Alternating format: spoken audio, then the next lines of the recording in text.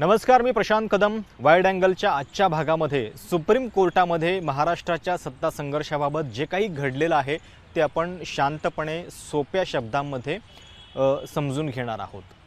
29 जून 2022 रोजी बहुमत चाचणीचा आदेश सुप्रीम कोर्टाने दिला होता। मात्र त्याच दिवशी उद्धव ठाकरेंनी जो राजीनामा दिला तो ठाकरे गटासाठी अडचणीचा ठरणार का? कारण पुन्हा पुन्हा या मुद्द्यावरती शिंदे गटाचे वकील आणि ते देखील हरीश साळवेंसारखे ज्येष्ठ वकील या एका मुद्द्याला पकडून शिंदे गटाला या सगळ्या अपात्रतेच्या कारवाईपासून वाचवू पाहतायत।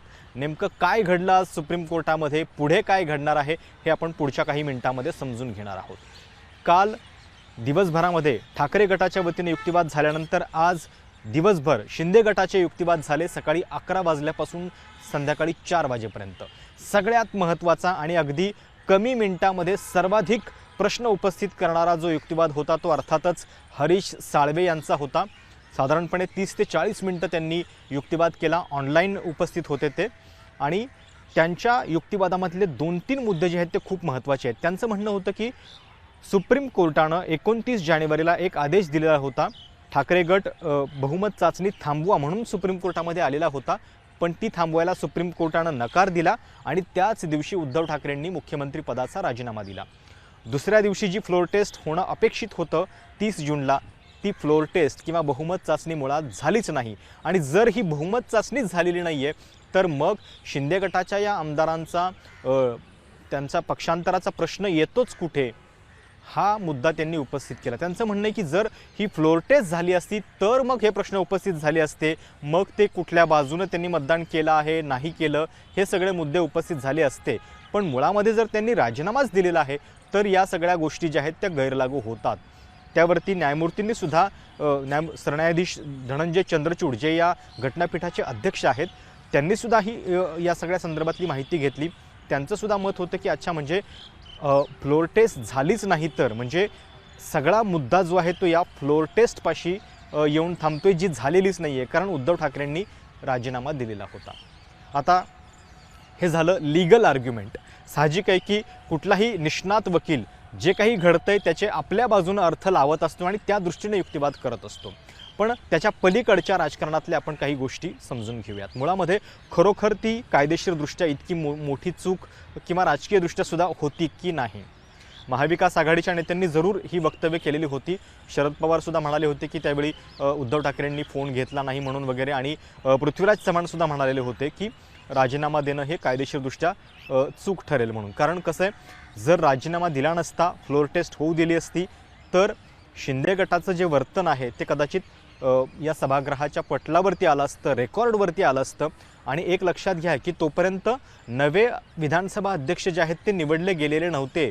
तोपर्यंत उपाध्यक्ष नरहरी झिरवळ हेच पीठासीन अध्यक्ष होते आणि त्यांच्या निगराणीखाली जर ही टेस्ट झाली असती फ्लोर टेस्ट, तर मग कदाचित हे जे अपात्रतेचे निर्णय आहेत ते कदाचित त्यावेळी त्यांना घेता आले असते का, किंवा जरी घेतले नसते तरी त्या संदर्भातली कारवाई त्यांना सुप्रीम कोर्टामध्ये अधिक मजबूतीने मांडता आली असती का, हा याच्यातला प्रश्न आहे। आणि म्हणून असं म्हटलं जातं आहे की त्यांचा राजीनामा जे आहे ती कायदेशीरदृष्ट्या चूक होती की नाही।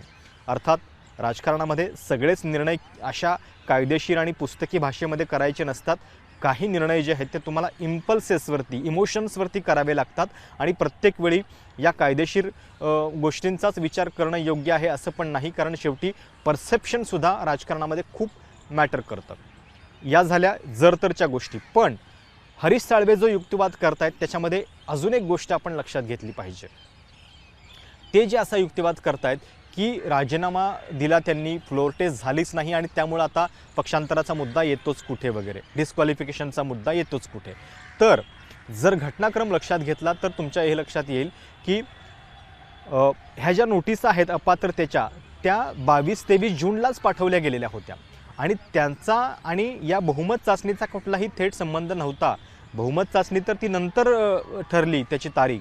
त्याच्या आधीच 22-23 जूनला जेव्हा विधान परिषदेच्या निवडणुकीनंतर हे सगळे शिंदे गटाचे आमदार सुरतला गेलेले होते, त्याच्या दुसऱ्या दिवशी 2 बैठका ठाकरे गटानं बोलवलेल्या होत्या आणि त्या बैठकांना हे आमदार उपस्थित नव्हते, म्हणून या अपात्रतेच्या नोटिसा ज्या आहेत त्या गेलेल्या होत्या। कारण त्यावेळी अशा पद्धतीचं त्यांचं कृत्य म्हणजे स्वेच्छेनं पक्ष सोडल्याचं सिद्ध होतं आणि ही एक प्रकारे पक्षांतरबंदी कायद्याअंतर्गत येणारी कृती आहे असं म्हणत ही नोटीस जी आहे ती दिली गेलेली होती। त्याच्यामुळं हा एक मुद्दा या बाबतीत लक्षात घ्यायला हवा। जेव्हा जेव्हा असं म्हटलं जातं की उद्धव ठाकरेंचा राजीनामा ही या सगळ्यामध्ये चूक ठरणार का, अर्थात जर त्यांनी राजीनामा दिला नसता तर काही गोष्टी नक्कीच रेकॉर्डवरती पटलावरती अधिक मजबूतीनं आल्या असत्या।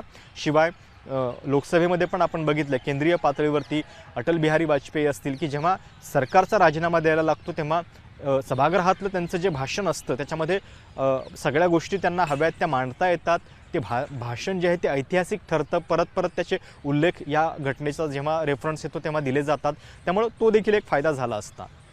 पण आज ज्या पद्धतीनं हरीश साळवे यांनी हे आर्ग्युमेंट केलेलं आहे त्याच्यामुळं हा मुद्दा जो आहे तो या सगळ्या प्रकरणामध्ये खूप निर्णायक ठरणार का याची शक्यता जी आहे ती चर्चिली जाते त्याच्या संदर्भात। कारण ज्यावेळी हरीश साळवेंचा हा युक्तिवाद संपला त्याच्यानंतर 5 न्यायमूर्तींनी आपसामध्ये काही काळ चर्चासुद्धा केली आणि हे राजीनाम्याचं कृत्य जे आहे ते अर्थात जरी अशा पद्धतीचं असलं तरी त्याच्यावरती काही प्रतिप्रश्न जे सरन्यायाधीशांनी उपस्थित केले ते देखील महत्त्वाचे आहेत। कारण सरन्यायाधीशांनी असं सांगितलं की उद्धव ठाकरेंनी राजीनामा दिला याचं कारण जेव्हा ते आमदार अपात्र होत नाही आहेत 16 आमदार ज्यांच्यासाठी त्यांनी ती नोटीस दिली होती, हे जेव्हा त्यांच्या लक्षात आलं त्याच्यानंतरच त्यांनी राजीनामा दिलेला होता। म्हणजे तुम्ही सुप्रीम कोर्टाचा घटनाक्रम लक्षात घ्या, जेव्हा अपात्रतेसंदर्भातली ही कारवाई सुप्रीम कोर्टात आली म्हणजे याचिका, तेव्हा एकीकडे सुप्रीम कोर्टानं या अपात्रतेसंदर्भात 12 जुलैपर्यंत निर्णय घेता येणार नाही असं सांगितलं आणि त्याचवेळी फ्लोर टेस्टला मात्र परवानगी दिली। म्हणजे एकीकडे उपाध्यक्षांचे हात बांधले, त्यांना 12 जुलैपर्यंत काही कारवाई करता येणार नव्हती आणि त्याच दरम्यान फ्लोर टेस्टला मात्र ग्रीन सिग्नल दिलेला होता। आणि त्यामुळं सरन्यायाधीशांनी पण असं म्हटलं की ज्यावेळी त्यांच्या हे लक्षात आलं की हे 16 आमदार जे आहेत ते आता अपात्र ठरत नाही आहेत आणि त्याच्या आधीच फ्लोर टेस्ट होते म्हणून तर त्यांनी राजीनामा दिला। त्यामुळं या सगळ्या मुद्द्यांचा केस जो आहे तो आता या निकालामध्ये पुन्हा वारंवार जो आहे तो पाडला जाणार हे नक्की दिसतंय। हरीश साळवेंचं दुसरं एक विधान ते पण खूप या केसच्या दृष्टीनं महत्त्वाचं आहे। ते असं म्हणाले की नबाम रेबियाचा मुद्दा जो आहे तो आता केवळ अकॅडमिक उरलेला आहे आणि त्यामुळं कोर्टानं आता याच्यामध्ये फार लक्ष घालू नये। याचा अर्थ काय होतो? याचा अर्थ नबाम रेबियाचा निकाल असं सांगतो की विधानसभा अध्यक्षांच्या विरोधात अविश्वास प्रस्तावाची नोटीस असेल तर त्यांना अपात्रतेचा निर्णय जो आहे तो घेता येत नाही, त्याच्यावरती चर्चा चालू आहे। साळवेंचं म्हणणं आहे की ही चर्चा आपण आता का करतोय, कारण उपाध्यक्ष तेव्हा नरहरी झिरवळ होते, त्यांच्याबद्दलचा हा प्रश्न होता। आता तर नवीन विधानसभा अध्यक्ष निवडले गेलेले आहेत, राहुल नार्वेकर हे विधानसभेचे अध्यक्ष आहेत आणि ते हे डिसाईड करणार आहेत। ही खूप इंटरेस्टिंग गोष्ट आहे। म्हणजे जर उद्या सुप्रीम कोर्टाने हे मान्य केले की किंवा अध्यक्षांच्याकडे जर अधिकार दिला अपात्रतेसंदर्भातला तर तो कुणाकडे जाणार आहे? तो नरहरी झिरवाळ यांच्याकडे जाणार नाही, तो नव्या अध्यक्षांच्याकडेच जाणार आहे। आणि अध्यक्ष हे म्हणजे इतर राजकीय भाषेमध्ये जरी ते थोडेसे एका पक्षाचे असले तरी ते घटनेनुसार निष्पक्ष असतात। कोर्टसुद्धा साहजिकच हीच अध्यक्षांची भूमिका मान्य करेल आणि त्यामुळं जरी अपात्रतेचा निर्णय द्यायचा झाला अध्यक्षांच्याकडं, म्हणजे शेवटी तो कोर्ट कधीच घेत नाही अपात्रतेचा निर्णय स्वतः, हा निर्णय जो आहे तो अध्यक्षांनाच द्यावा लागतो आणि या केसमध्ये तो राहुल नार्वेकर यांच्याकडेच जाण्याची शक्यता आहे। आणि त्यामुळं हरीश साळवे असं म्हणत होते की हा मुद्दा जो आहे तो आता केवळ अकॅडमिक मुद्दा जो आहे तो उरलेला आहे। सुप्रीम कोर्ट या सगळ्या महाराष्ट्राच्या प्रकरणाला खूप गांभीर्यानं घेतं आहे आणि किती किचकट प्रकरण आहे हे सुद्धा आजच्या सुनावणीच्या दरम्यान दिसलेलं आहे। कारण सरन्यायाधीशांची एक कमेंट होती, त्यांनी असं म्हटलं की हे सगळं प्रकरण जे आहे महाराष्ट्राचं हे खूप आमच्यासाठी अवघड आहे निर्णय करायला आणि त्यांनी 2 त्याच्यामध्ये उदाहरणं दिलेली आहेत। जर आम्ही नबाम रेबियाचा निकाल जर मान्य केला तर त्याच्यामधून असं दिसतंय, म्हणजे सरन्यायाधीशांचं म्हणणं असं होतं की या संपूर्ण केसमध्ये दोनही बाजूंच्या पोझिशन अशा आहेत की ज्या भविष्यातल्या काही घटनांवरती खूप मोठा परिणाम करू शकतात। म्हणजे उदाहरणार्थ त्यांनी नबाम रेबियाचं एक उदाहरण दिलं। त्यांचं असं म्हणणं आहे की जर नबाम रेबियाची पोझिशन 2016च्या या निकालाची पोझिशन जशीच्या तशी मान्य केली की केवळ एक नोटीस आली म्हणून स्पीकर डिस्क्वालिफिकेशनचा निर्णय घेऊ शकत नाहीत, तर खूप इंटरेस्टिंग शब्द सरन्यायाधीशांनी वापरला आहे, तो मी तुम्हाला वाचून दाखवतो. The consequences of that as you have seen in Maharashtra is to allow the free flow of human capital from one political party to another. म्हणजे अशा पद्धतीनं अध्यक्षांना एका नोटिशीनंच तुम्ही बाद करता, त्यांच्या विरोधात अपात्रतेचे निर्णय त्यांना घेऊ देत नाही, आणि मग या कृतीमुळं free flow of human capital म्हणजे जे मानवी भांडवल आहे ते एका बाजूनं दुसऱ्या दिशेला जाण्यामध्ये तुम्ही मदत करता. आता याचा अर्थ काय, आपल्या महाराष्ट्राच्या केस संदर्भात समजून घेऊ. उपाध्यक्ष नरहरी झिरवळ यांना त्या 16 आमदारांच्यावरती अपात्रतेची कारवाई करता आली नाही, कारण सुप्रीम कोर्टाचा निर्णय होता, 12 जुलैपर्यंत मुदत दिलेली होती.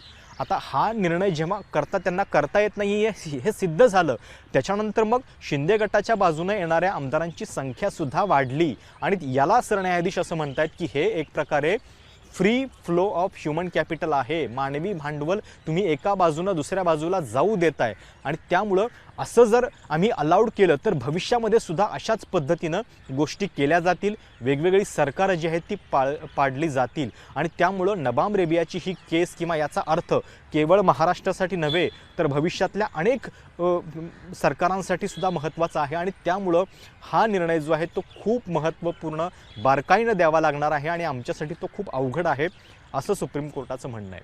हे झालं एका बाजूनं. आता दुसऱ्या बाजूनं पण कोर्ट काय विचार करत आहे. कोर्ट असं म्हणतं आहे की दुसऱ्या बाजूनं जर विचार केला तर जेव्हा तुमची पक्षातली पोझिशन धोक्यात येते आणि तेव्हा तुमची पक्षातली पोझिशन वाचवण्यासाठी जर तुम्ही डिस्क्वालिफिकेशनचा म्हणजे 10th शेड्यूलचा जर वापर केला तर ती सुद्धा घटना आमच्यासाठी चिंताजनक आहे. म्हणजे आता महाराष्ट्राच्या केसमध्ये काय झालं आहे, पक्षामध्ये बंड झालं आहे, एकनाथ शिंदे आणि त्यांचा सगळा गट जो आहे तो बंड करतो आहे, आणि उद्धव ठाकरेंच्या नेतृत्वावरती प्रश्नचिन्ह निर्माण केले जाते. तर अशा पद्धतीनं जे कोणी बंड करतील त्यांना या डिस्क्वालिफिकेशनच्या कायद्यामध्ये बसवणं हे सुद्धा धोकादायक आहे पक्षीय एकूण रचनेसाठी, आणि त्यामुळं या एका निर्णयाचा सुद्धा भविष्यामध्ये परिणाम होईल, कारण उद्या अनेक पक्ष अनेक वेगवेगळ्या प्रादेशिक असतील राष्ट्रीय पक्षांच्या बाबतीत ही पोझिशन जी आहे ती उपस्थित होऊ शकते, याचा फायदा घेऊन बंड घडवले जाऊ शकतात, आणि त्यामुळं हा निकाल दोनही बाजूंनी खूप नाजूक आणि तितकाच महत्त्वाचा आहे, आणि त्यामुळं तो अवघड आहे असं सरन्यायाधीशांनी म्हटलेलं आहे.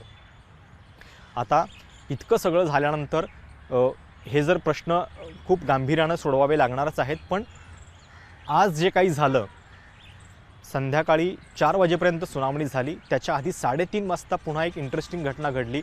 नीरज किशन कौल जे शिंदे गटाच्याच वतीने युक्तिवाद करत होते, त्यांच्या युक्तिवादाच्या नंतर न्यायपीठानं 5-10 मिनिटाचा एक ब्रेक घेतला. आम्हाला काही मुद्दे डिस्कस करायचे आहेत त्यांनी आपसात असं सांगितलं, आणि त्याच्यानंतर ते परत आले. मग सगळ्यांना सांगितलं की केवळ हा जो मुद्दा आहे नबाम रेबियाचा तो लार्जर बेंचकडे जावा की नाही याच्या रेफरन्स संदर्भातलंच आर्ग्युमेंट तुम्ही आता कन्क्लूड करा. अर्थात ते आर्ग्युमेंट आज कन्क्लूड होऊ शकलेलं नाही आहे. उद्या पुन्हा याच्यावरती युक्तिवाद होतील. उद्या शिंदे गटाच्या वतीनं मनिंदर सिंह, महेश जेठमलानी हे युक्तिवाद करतील, कपिल सिब्बल हे पण काही रिजॉइंडर करतील.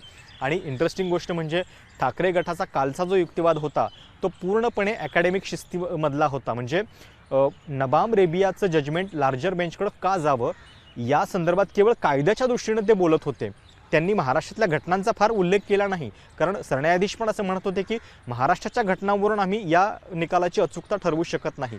पण आज हरीश साळवे यांनी अत्यंत प्रॅक्टिकलपणे मध्ये या सगळ्या घटना आणल्या, महाराष्ट्रातल्या फॅक्ट्सचा त्यांनी मारा केला, आणि त्या फॅक्ट्समधून हे सगळं जजमेंट जे आहे ते कसं योग्य आहे हे सांगण्याचा प्रयत्न केलेला आहे नबाम रेबियाज. त्यामुळं आता जर शिंदे गट फॅक्ट्सवरती आलेला आहे तर ठाकरे गट पण आता उद्या फॅक्ट्सवरती येणार का काउंटर करताना हे बघावं लागेल. आणि उद्या एक नक्की आहे की उद्या हे प्रकरण 7 न्यायमूर्तींच्या पीठाकडे जाणार की नाही याचा फैसला मात्र उद्याच होईल, आणि तो खूप या सगळ्या दृष्टीनं निर्णायक असणार आहे. त्यामुळं आज जे काही घडलं सुप्रीम कोर्टामध्ये ते तुम्हाला थोडक्यात सांगण्याचा हा प्रयत्न होता. उद्या परत निर्णय आला तर आपल्याला परत एका नव्या व्हिडिओसह भेटावंच लागेल. पण आज जे घडलेलं आहे ते तुमच्यापर्यंत पोहोचावं यासाठीचा हा प्रयत्न होता. हा व्हिडिओ तुम्हाला कसा वाटला कमेंट्समध्ये आवर्जून कळवा. तुमच्या काही सजेशन असतील तर त्याचासुद्धा आम्ही नक्की विचार करू. धन्यवाद. एबीपी माझा, उघडा डोळे बघा नीट.